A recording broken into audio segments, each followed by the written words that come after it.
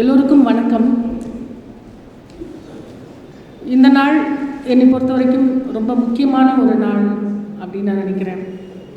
ஏன்னா நம்மிடையே நம்ம எப்போவுமே நம்ம கூடவே இருப்பாங்க, நம்ம கூடவே வருவாங்க, டீ சாப்பிடுவாங்க, நம்ம கூடவே உட்காந்துருப்பாங்க, பழகுவாங்க, பேசுவாங்க. ஆனால் பல பேருக்கு அவங்களோட அருமை தெரியாமே இருக்கும். அதுக்கு இப்போ தோழர் யூமா பணியாற்றிய அதே இடத்தில் நானும் பணியாற்றினேன் கொஞ்ச காலம். இப்போது இல்லை, தெரியும். அவர் ஒரு சாகித்ய அகாடமி விருது பெற்ற ஒரு எழுத்தாளர். அவர் பாட்டுக்கு கேம்பஸ்குள்ளே வருவார், அங்கே போய் கேன்டீனில் டீ சாப்பிடுவார், வருவார். அங்கே நிறைய பேர் வருவாங்க, ஆசிரியர்கள் இருக்காங்க, பேராசிரியர்கள் வருவாங்க, தலைமை ஆசிரியர்கள் வருவாங்க, கல்வித்துறையை சார்ந்த பல பேர் இருப்பாங்க, பெரிய பெரிய அதிகாரிகள்லாம் இருப்பாங்க.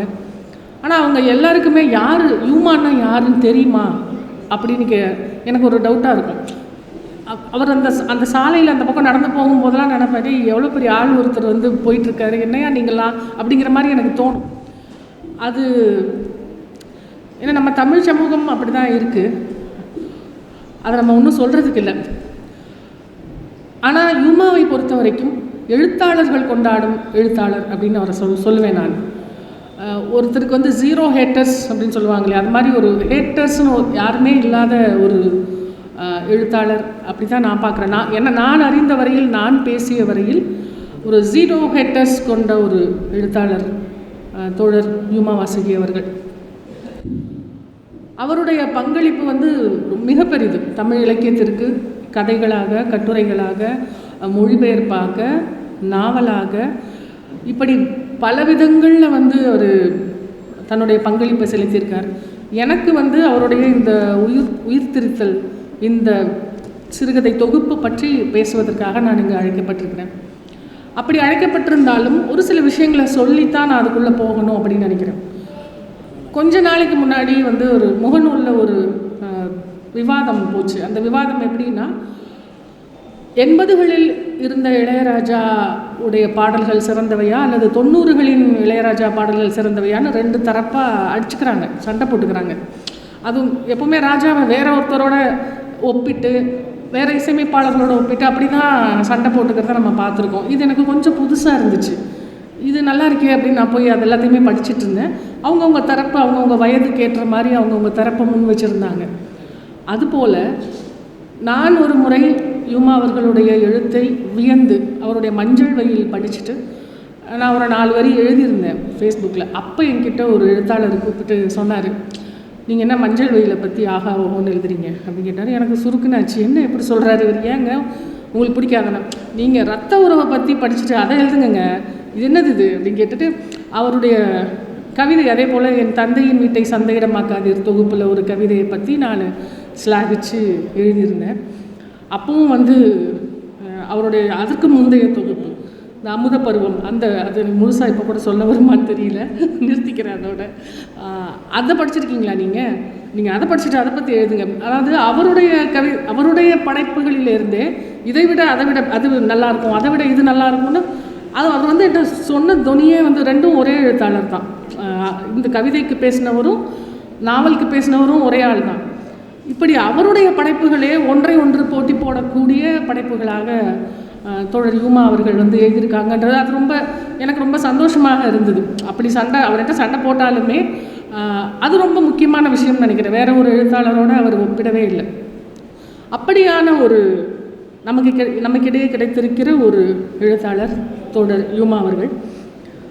நிறைய பேர் இருக்காங்க என்னை விட மிகச்சிறப்பாக இங்கு இலக்கியத்திற்கு பங்களிப்பு செய்யக்கூடிய பலர் இங்கே இருக்கிறாங்க. ஆனால் எல்லோரும் இருக்கும்போது நான் இந்த மேடையில் நிற்கிறேன்னா எனக்கு என்ன தகுதி இருக்குது அப்படின்னு நான் கொஞ்சம் யோசித்து பார்க்குறேன். தகுதி எழுத்தின் அடிப்படையில் இருக்கா இல்லையான்றதெல்லாம் எனக்கு தெரியல. ஆனால் தோழர் யூமா அவர்களுக்கும் எனக்கும் இடையே இருக்கக்கூடிய நட்பின் அந்த அன்பின் அடிப்படையில் நான் இங்கு நிற்பதற்கு முழு தகுதியுடையவள் நான் நினைக்கிறேன். ஒருவேளை கூப்பிடலைன்னா எனக்கு கொஞ்சம் வருத்தமாக கூட இருந்திருக்கும். நல்ல வேளை ஸ்டாலின் சார்வன் கூப்பிட்டார். இந்த நாள் அதனால தான் ரொம்ப முக்கியமான நாள்னு சொல்கிறேன். ஏன்னா எல்லாருமாக சேர்ந்து அவரை கொண்டாடுவதுன்றது ரொம்ப முக்கியம். நாங்கள் சில நண்பர்கள் இணைந்து பிசகு அப்படின்னு ஒரு அமைப்பு வச்சுருந்தோம். இப்போ அது செயல்பாட்டிலே இல்லை. நான் சொல்கிறது ஒரு 2014 காலகட்டத்தில்.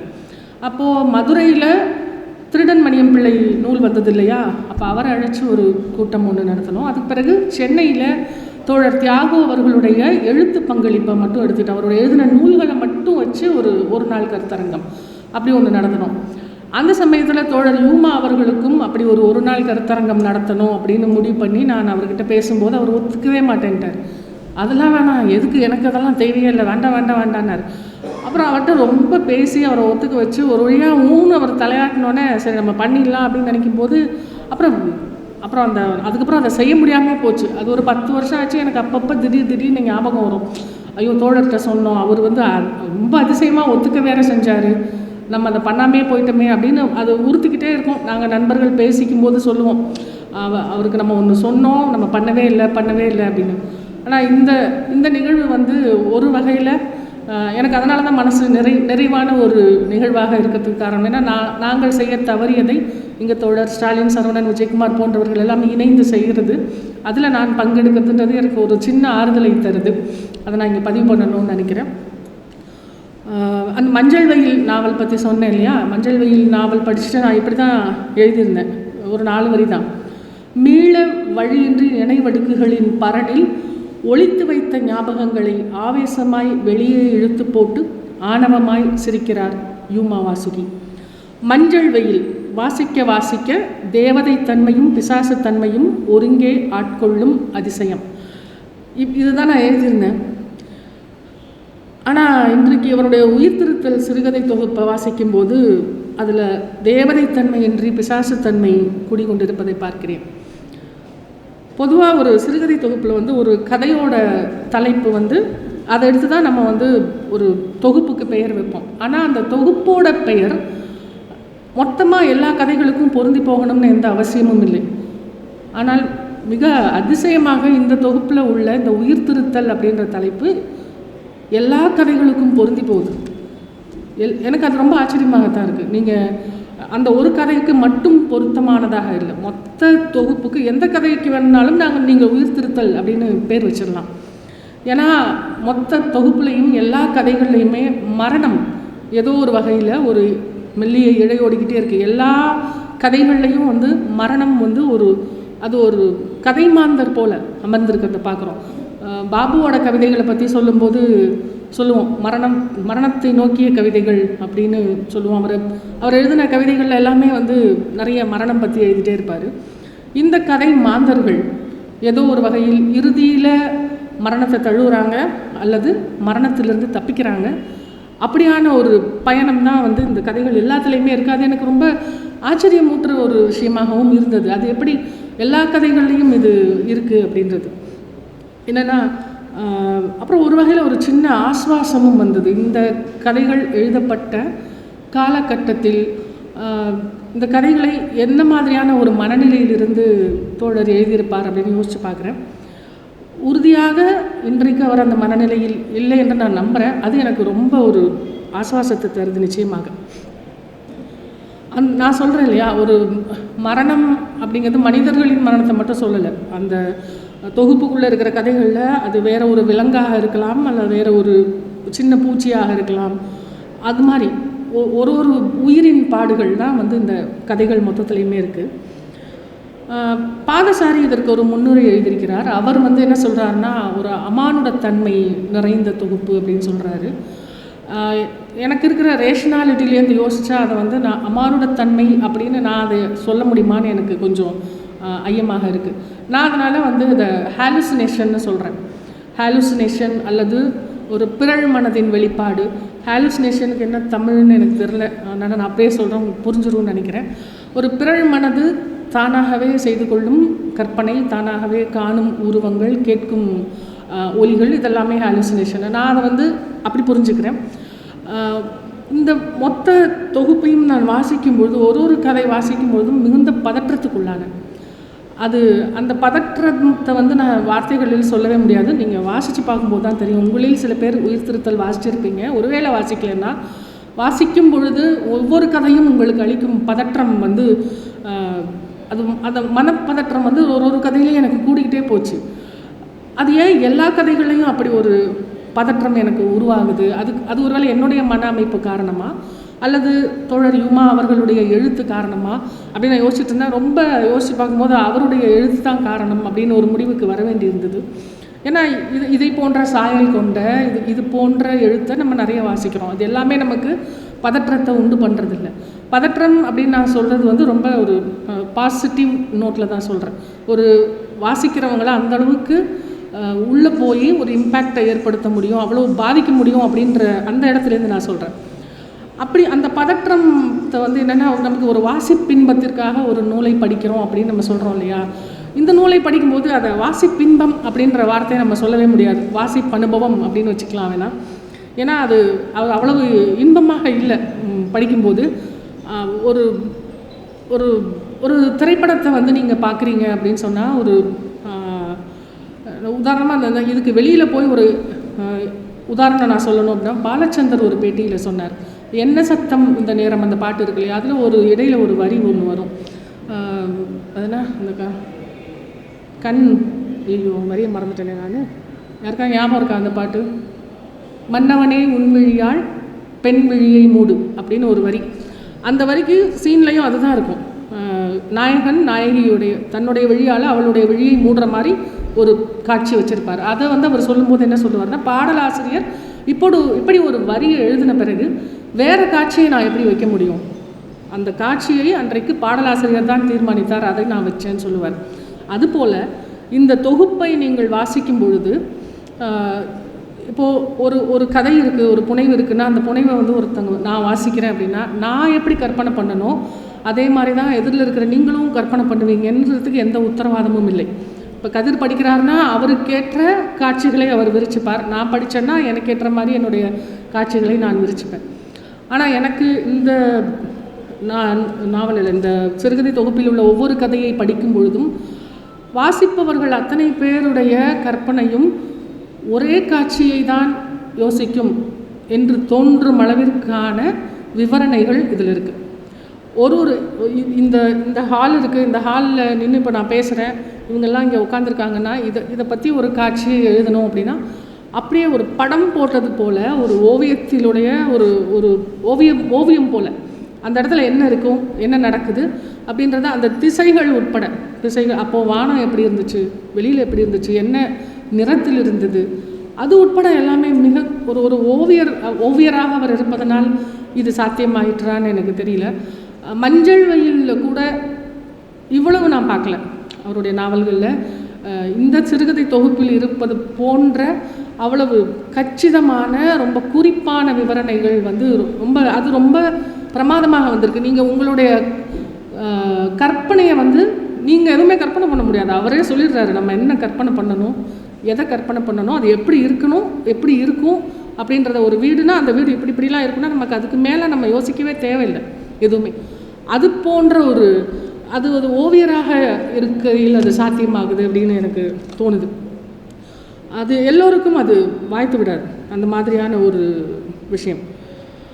அடுத்தது வந்து இந்த மரணம் பற்றி நான் சொன்னேன் இல்லையா. இப்போது ஒரு நிஜ வாழ்க்கையில் நாம் மரணம்னா என்ன அர்த்தம் கொள்கிறோம், மரணத்துக்கு ஒவ்வொருத்தருக்கும் ஒரு பொருள் இருக்கும்.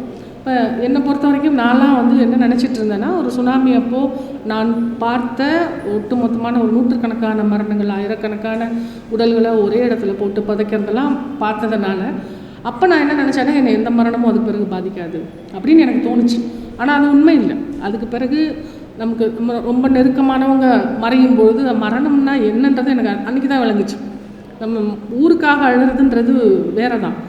ரொம்ப நெருங்கினவங்க நம்ம கூடவே இருந்தவங்க மறையும் பொழுது அந்த மரணம்னா வேறு ஒன்றும் இல்லை, இழப்பு தானே, இழப்பு தான். அது அவங்கள இனி பார்க்க முடியாது, இனி பேச முடியாது, அவங்கள தொட முடியாது, அவங்க சேமித்து வச்சுருந்த அறிவு எல்லாம் அவங்களோட போகுது. இதெல்லாம் சேர்ந்து தான் வந்து அந்த இன்மையை, அந்த மிஸ் பண்ணுறதுன்னு சொல்லுவோம் இல்லையா, அந்த இன்மையை சுட்டி காட்டுறது தான் மரணம். அப்படி தான் வந்து மரணத்தின் உண்மையான அர்த்தம் எனக்கு அப்போது தெரிஞ்சுது. அதற்கு பிறகு என் தந்தையை இழக்கும்போது இன்னும் கூடுதலாக மரணம்னா என்ன அப்படின்றது தெரிஞ்சுது. இதை வாசிக்கும் பொழுது எனக்கு வேறு மரணத்திற்கு இன்னொரு பரிமாணம் உண்டு அப்படின்றது புரிஞ்சுது. ஏன்னா ஒவ்வொருவருடைய மரணமும் வெவ்வேறு. அதில் வந்து இந்த எல்லா கதைகள்லையும் மரணம் வருது, பெரும்பாலும் எல்லா கதைகள்லையும். ஒரு ஒரு மரணமும் கூட இருப்பவங்களை எந்த அளவுக்கு பாதிக்குது, அவங்க அதுக்கு பிறகு என்னவா ஆகுறாங்க, அல்லது அவங்களுடைய மரணத்துக்கு இவங்களே காரணமாக இருக்கிறாங்க, அதன் காரணமாக உண்டான குற்ற உணர்வு, இதெல்லாமே வந்து இந்த இந்த சிறுகதை தொகுப்பில் வந்து ரொம்ப நுணுக்கமாக கதை மாந்தர்கள் வழியாக, விவரணைகள் வழியாக, சம்பாஷணைகள் வழியாக அப்படி ரொம்ப நுணுக்கமாக தோழர் எழுதியிருக்கிறாங்க.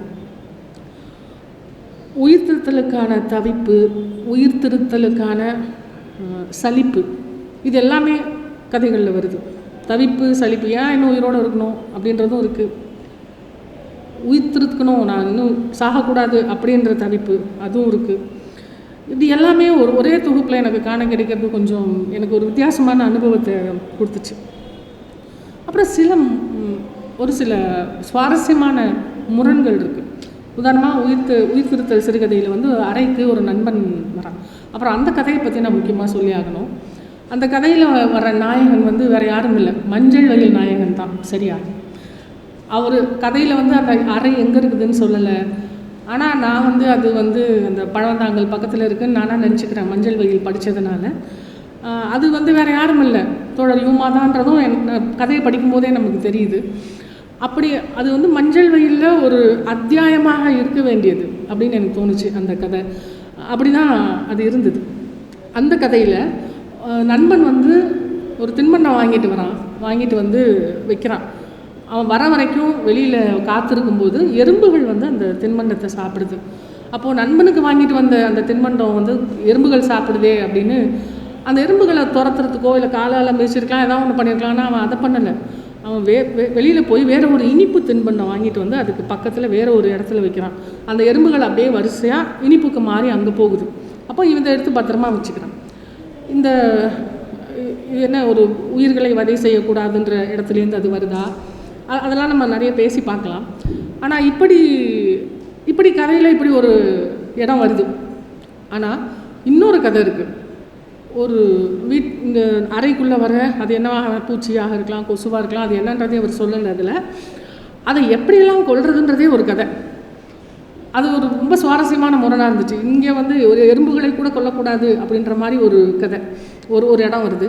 இன்னொரு கதையில் வந்து எப்படியெல்லாம் விதவிதமாக அந்த பூச்சி இனத்தை வந்து கொல்லலாம் அப்படின்னு அது மட்டும்தான் கதையே.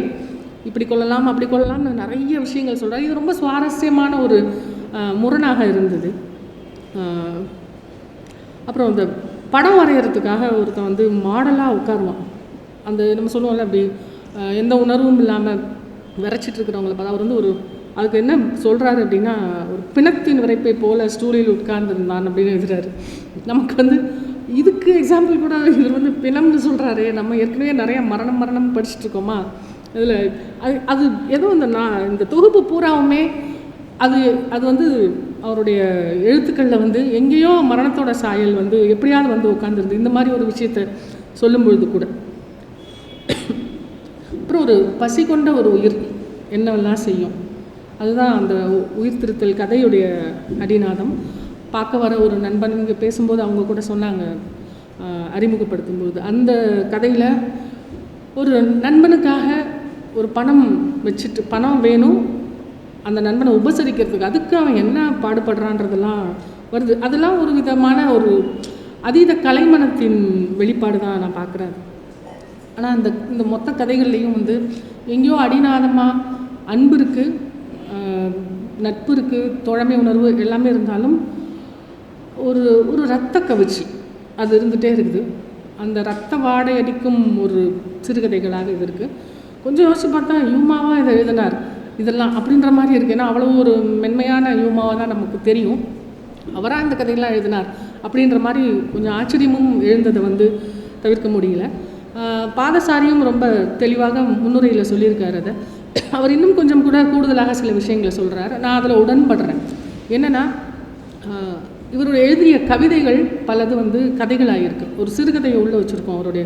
உதாரணமாக அந்த பக்கத்து வீட்டு மீனான ஒரு கவிதை, அப்புறம் மதுக்கடையில் உருளும் கோலி குண்டுகள்லாம் படிச்சிருப்பீங்க. அதெல்லாம் ஒரு குட்டி கதை தான், சிறுகதையும் போன்ற கவிதைகள். மதுக்கடையில் உருளும் கோலி குண்டுகள்லாம் ஒரு கிளாசிக்கான ஒரு கவிதை, என்றைக்கும் நிற்கிற ஒரு கவிதைன்னு சொல்லலாம். அப்படி கவிதைகளுக்குள்ளாக சிறுகதைகளை ஒழித்து வைத்திருக்கும் யூமா இந்த கதைகளில் உள்ளுக்குள்ளே கவிதையை ஒழிச்சு வச்சுருக்காரு. அதை பாதசாரி வந்து சுட்டி காட்டுறாரு. எனக்குமே அதை படிக்கும்பொழுது எனக்கு தோணுச்சு அது உண்மை தான் அப்படின்னு. ஏன்னா ஒரு அவ்வளவு கவித்துவம் நிரம்பிய சொற்களால், கவித்துவம் நிரம்பிய மொழிநடையால் விஷயங்களை சொல்லும்பொழுது ஒரு கவிதையை படிக்கிற உணர்வு, ஆனால் சொல்லப்படுற விஷயம் வேறு, அது அவ்வளோ வீரியமான ஒரு விஷயமா இருக்கு. ஆனால் அது அவ்வளவு கவித்துவமாக சொல்கிறாருங்கும்போது அதுதான் நமக்கு வேணும். ஒரு நூலை படிக்கும்போது நம்ம அதுலேருந்து நம்ம தொகுப்பு படிக்கும்போது என்ன எடுத்துக்கிறோம், நமக்கு எடுத்துக்கிறதுக்கு அதில் என்ன இருக்குன்னா, அதை நான் சுகமான மொழி நடைன்னு நான் சொல்ல மாட்டேன். அதான் எனக்கு பதற்றம் ஊட்டுச்சுன்னு நான் ஏற்கனவே சொல்லிட்டேன். ஆனால் அது கொடுக்குற அந்த அனுபவம் வந்து ரொம்ப ஒரு அலாதியான ஒரு அனுபவம் தான். ஏன்னா அந்தளவுக்கு ரொம்ப நுணுக்கமான பல விஷயங்களை வந்து மனித உணர்வுகளை, மனிதர்கள் சக மனிதர்கள் மேல் கொள்ளும் பொறாமைகளை, இந்த போட்டி உணர்வு, இதெல்லாமே வெவ்வேறு கதைகளில் ரொம்ப அழகாக வெளிப்படுது. ஒரு புத்திர சோகத்தை சொல்கிற ஒரு கதை இருக்காது. அந்த கதையோடைய அந்த முடிவில் வந்து மலைப்பாம்பு அந்த பையனை விழுங்கிடும். அந்த பாம்பு நகரத்துக்கு காத்திருப்பார் அந்த தந்தை. என்னென்னா அந்த 2 ஜோடி, அந்த ஒரு ஜோடி செருப்பு இருக்கும், தம்பியோட செருப்பு அங்கே இருக்கும், அதை எடுக்கிறதுக்காக அவன் மட்டும் காத்திருந்தான். அந்த ஒரு கதை இருக்கு இல்லையா, அது வந்து காட்டுக்குள்ளே அவங்க அந்த பையனை தேடி போகிறத வந்து அவர் விவரிக்கிற விதம், ஐயோ ஒரு வேட்டைக்கு போகிற மாதிரி தான் எனக்கு தோணுச்சு. ஒரு பையனை தேடி போகிறாங்க, காணா போன பையனை தேடி, அது ஒரு வேட்டைக்கு போகிறதுக்கு நிகராக அவர் வந்து அதை சொல்கிறார். அதை நம்ம என்ன வார்த்தைகள் சொல்லியும் வந்து இங்கே நான் விளக்கிட முடியாதுன்னு நினைக்கிறேன். அந்த கதையை தயவு செஞ்சு எல்லோரும் படித்து பார்க்கணுன்னு நான் கேட்டுக்கிறேன். எவ்வளோ நேரம் இருக்கா? சரி முடிச்சுக்கலாம். இன்னும் 2-3 தான். ஆமாம், அந்த நம்மை கற்பனை செய்து பார்க்கறதுக்கு அவர் அனுமதிக்கிறதுல அவரே சொல்லிடுறாரு எல்லாத்தையும். அதுக்கு ஒரே ஒரு உதாரணம் மட்டும் நான் சொல்கிறேன். வட்டம் சுற்றிய வௌவால் இறைச்சி துண்டங்கள் உலர்ந்த கொடியை பற்றி தொங்கியதன் அதிர்வில் கொடியின் நிழல் தரையில் ஆடியது. நமக்கு அப்படியே விஷுவலாக வந்துடுது என்ன எப்படி இருக்கும் அது அப்படின்னு. அதாவது வட்டம் சுற்றிய வௌவால் இறைச்சி துண்டங்கள் உலர்ந்த கொடியை பற்றி அது தொங்குது, அதோட அதிர்வில் கொடி ஆடுறது, அதோட தரையில் அந்த நிழல் தெரியுதுன்றார். இது நீங்கள் வேறு எப்படியுமே கற்பனை பண்ணவே முடியாது. அப்படி ஒரு தேர்ந்தெடுத்த வார்த்தைகளில் ஒரு பொறுக்கி எடுத்து நம்ம என்ன நம்மளோட இமேஜினேஷன் என்னவாக இருக்கணுன்றத அவரே முடிவு பண்ணி, அந்த ஒரு அத்தாரிட்டேட்டிவ் டோன்னு சொல்லுவோம் இல்லையா, இப்படி தான் இது ஏன் கதை, இதை நீ இப்படி தான் யோசிக்கணும் அப்படின்றது அவரோட எழுத்தில் இருக்குது. அதுதான் இந்த தொகுப்பில் எனக்கு ரொம்ப ஆச்சரியமூட்டின. நம்ம நிறைய கதைகள் படிச்சிருக்கோம், நம்மளோட சொந்த இமேஜினேஷன் எல்லாமே நான் தான் இமேஜின் பண்ணுவேன் அது எப்படி இருக்கும் அப்படின்னு. அவர் நம்மளை அதுக்கு அனுமதிக்கவே இல்லை. அது ரொம்ப பெரிய விஷயமா பார்க்குறேன். அது வந்து எல்லாத்துக்கும் அப்படி அமையவே அமையாது. அப்புறம் இதுக்கு மேலே ஏதாவது சொல்லணும் அப்படின்னா, தோழருக்கும் நமக்குமான இந்த அன்பு என்றைக்கும் இதே போல் இப்படியே தொடரணும் அப்படின்றத நான் அவர்கிட்டையும் கோரிக்கையாக வைக்கிறேன். இங்கே நிகழ்ச்சி நடத்துகிறவங்க வந்திருக்கிறவங்க எல்லாருக்கிட்டையுமே ஒரு கோரிக்கையாக வைக்கிறேன். இன்னும் நான் ஏதோ நிறையா எழுதியிருக்கேன், ரொம்ப டைம் ஆயிடுச்சுன்னு எனக்கே புரியுது. கட்டுரையாக நான் அதை எல்லாத்தையும் எழுதி தந்துடுறேன். நன்றி.